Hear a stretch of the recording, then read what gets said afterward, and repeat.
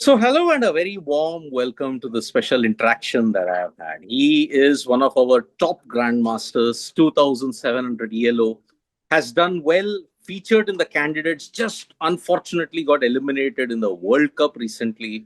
But yes, he remains one of our strongest chess players in India currently. I'm joined by Vidit Gujrathi. It gives me an absolute honor to welcome him on Sports Today. Vidit, thank you so much for taking time out and joining us. Thank you. My pleasure.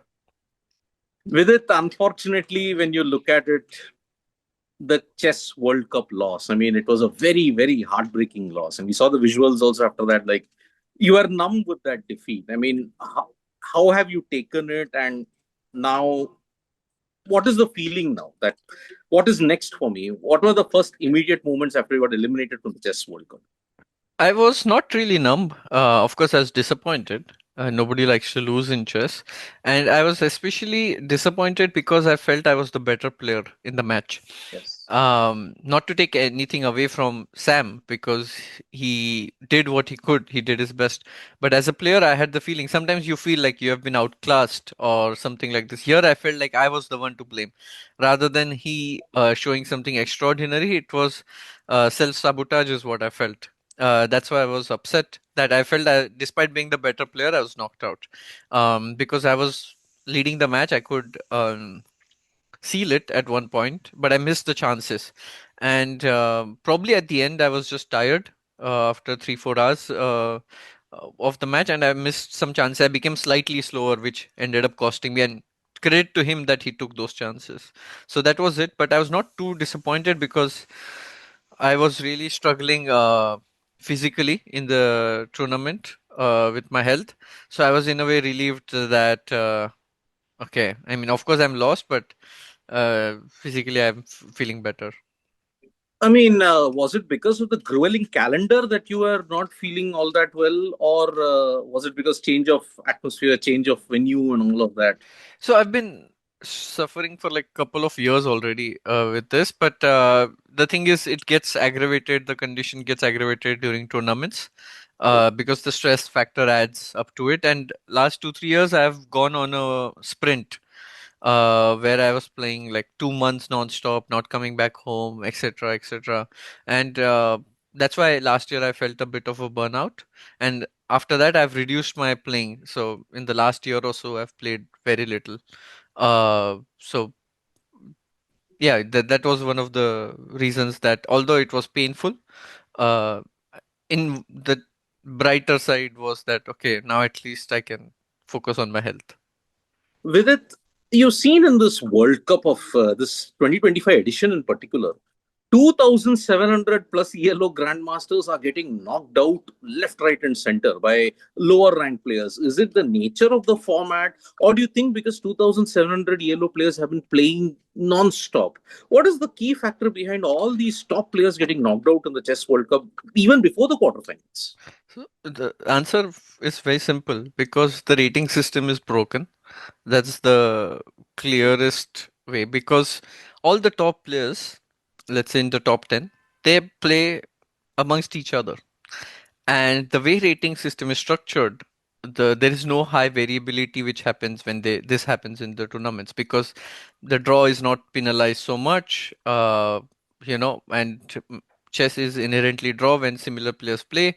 So the fluctuations are very low. If you look at it, every month the same people are there in top 30. Just Yeah, ranking ऊपर नीचे shuffle होके उधर ही घूमता रहता है इसमें because the rating system is not designed. Uh, there are some shortcomings, let's say, for the rating system, and the 2600 players, they don't get to play the top players because there are not even because chess tournaments are invitation based.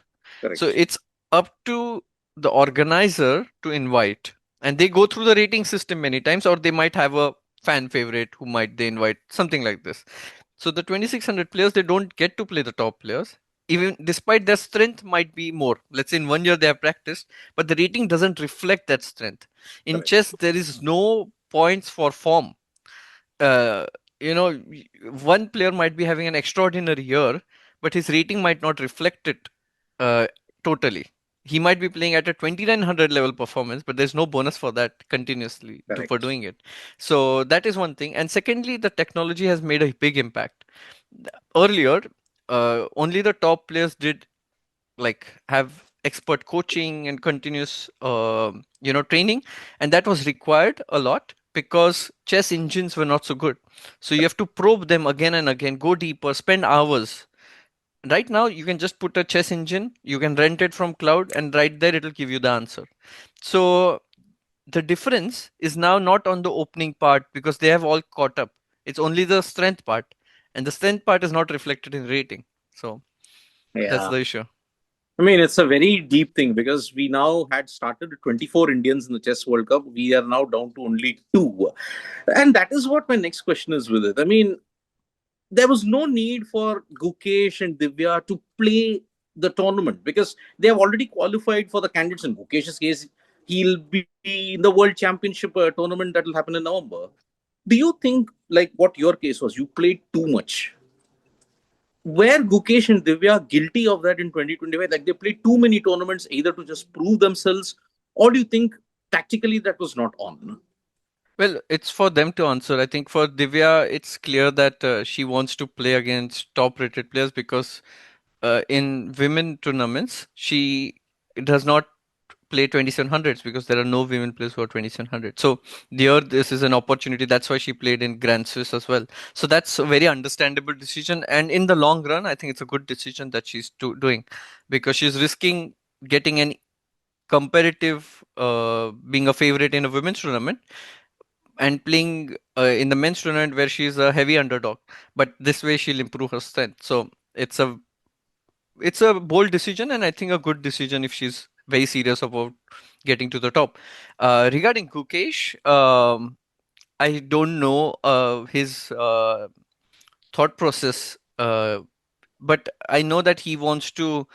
He likes to play. He's at the heart. He's a player who likes to play because that's how he grew up as well. Like he used to play continuous tournaments, traveling a lot, and that's his normal. Not in the Soviet era where you used to play one tournament in 3 months. Yeah, But I feel like maybe there's also added pressure, subtle pressure of being a world champion and proving that I am the world champion. That could be playing on his mind. Um, and another factor here is, which is a bit strange, is of the qualification cycle. correct. You are. It happened earlier also when Magnus could influence when he was the world champion, etc. Exactly. Uh, that's the problem of the cycle, not the players. First of all, I'll clarify it because players are just doing their job playing. But you also, it can show how broken the cycle is. Let's say Gukesh could qualify to this world candidates with via 3 or 4 ways. Correct. Rating system, it's not possible. FIDE circuit, which he's not actively trying, but of course he's playing the tournaments, so that way he cannot. Third is FIDE Grand Swiss. Yeah. He couldn't. World Cup he couldn't. So qualifying to the candidates is actually a lot more tougher Then playing the World than Championship. other tournaments. Yeah. Uh, it's, it just shows that it's broken. Secondly, let's say Magnus, I think, was playing World Cup or Grand Swiss last time. 2023. Yeah. Yeah. Even earlier, I think he played some tournament in Grand Swiss earlier. So being a world champion, you can eliminate your opposition by playing the qualification tournament. I don't think any sport allows this. Correct. So it's a bit strange. It's like Yes. the world, it's in chaos. So it's normal, but it's just chaos. Last couple of questions with it. I mean, 2026 now, what does it hold for you? Because unfortunately, Grand Swiss, you had won the last time around in the previous cycle, but in this time, you unfortunately didn't make it. Even in the World Cup, that was your last chance saloon when you look at it. That also, unfortunately, you've fallen short. Candidate's dream seems to be a bit difficult. Now, how will you motivate yourself in 2026 then, in that sense? Um, because I was not actually trying actively in this candidate cycle. Uh, in the previous candidate cycle, I had given it my all, like training I don't know, just every single waking moment of my day, and even dreaming about chess moves. It worked out, but it was also very intense, and I realized I cannot do this again and again. So this cycle, I was taking it more casually, uh, not in the sense of like disrespecting the game, but just Yeah. physically being able to put that same effort was not possible for me, and I consciously took a decision to back off from it. So I was not actively pursuing. That's why FIDE circuit, you need to play certain events. I didn't even check that, and like all this stuff. Um so for me, the motivation was already a problem right after the first candidates, because there my motivation level was at the peak, and I've played a tournament which is just one tournament away from world championship, and I realized how tough it was to even get there. And after that, I felt a certain void. Okay, now what next? Like, you have played one tournament which is less than world championship, and the satisfaction level I thought I will get is not there. So already that point, the motivation was, I was reflecting. So I don't think the current year will affect it. Already it affected in 2023, especially towards November, December. Right. 24, sorry. Yeah. Yeah. 24, yeah. With it, last question. Can you just, you've been in Goa, you played the World Cup. There are a lot of fake news being peddled about the conditions being horrible there. Would you want to tell and dispel all those fake news about the conditions in Goa? Especially, I know that Jan Nepomniachtchi really has been on a tirade. So, Yeah, so I have to actually read the exact things that he has said, but I might know the gist of it. So I'll comment on the gist and not the exact things. So let's start with the food. I think that's complete bogus, that the food hmm, criticism, because I was staying there and there was good food, and let's say there were multiple restaurants within the thing as well, which was some award-winning restaurants, especially like I even went there, and food was not an issue, and especially they say about this only three or four meat options were there or something like this, which is very surprising because non-vegetarians can eat vegetarian food, and the vegetarians can't do the same. yeah, Uh, who have decided to do that. So when I go to Khanty-Mansisk, Russia, which I did in World Cup 2019, I struggled a lot with food. I was yeah, surviving on rice, plain rice. They don't have curry or anything that goes with it. Uh, I would decide to cook myself in the room because there was no other option. Khanty-Mansisk is also a very remote place in yeah, Russia. It's not Moscow where you can find a lot of options. Weather is extreme, minus 20 degrees. I mean, it was not at that point, but in general, it goes to extreme weather. Like, for example, when I went, the sun never sets. So 4 oh, a.m. there is light, etc. So I've played in extreme conditions and suffered with extreme food because, okay, it's my choice to be vegetarian, but as a tournament, no option was created. And the hotel there was really bad, the where we stayed. But for me, it's the normal thing. And I realized that I also have had conversations in official FIDE tournaments where regarding the food is of poorer quality, etc. And they said, okay, we can only do so much with vegetarian. So that was never taken into consideration. And here, the food criticism is completely unjustified, in my opinion, because there were many other players in this tournament and who were from the Western countries, and they had no complaints. So if the tournament goes, it's like the grapes were sour. yeah, That's the thing. And he has a history of complaining after exiting from tournaments, and this is not the first instance. So everything what he says has to be taken with a pinch of salt. like, You can just look up the Twitter, and people have many screenshots. Regarding the hotel, yes, I agree that the hotel could be better. The rooms, for example, they were good, but not at, let's say, Marriott or like of course. Hmm. five-star standards. Uh, but the hospitality was great. For example, I'll give an example. On the rest day, uh, organizers provided like personal cars to everyone, Yeah, and wherever they want to go, they could go in Goa, and they would just have it, which is unheard of. Like simple things, they had gone long way. The staff was very friendly. They used to take care of everything. The tournament hall was very good.